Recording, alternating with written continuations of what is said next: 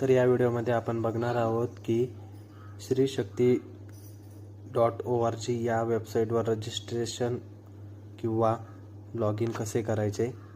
तर आपण गूगलवरती श्रीशक्ती.org असे सर्च करायचे आहे किंवा जर आपल्याकडे डायरेक्ट लिंक अवेलेबल असेल तर त्यावरती जायचे आहे।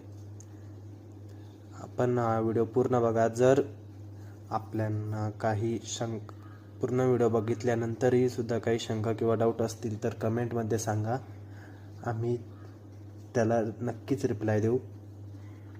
सर्च केल्यानंतर आपल्याला रजिस्टर श्रीशक्ती असं दिसेल, त्यावर क्लिक करायचे आहे।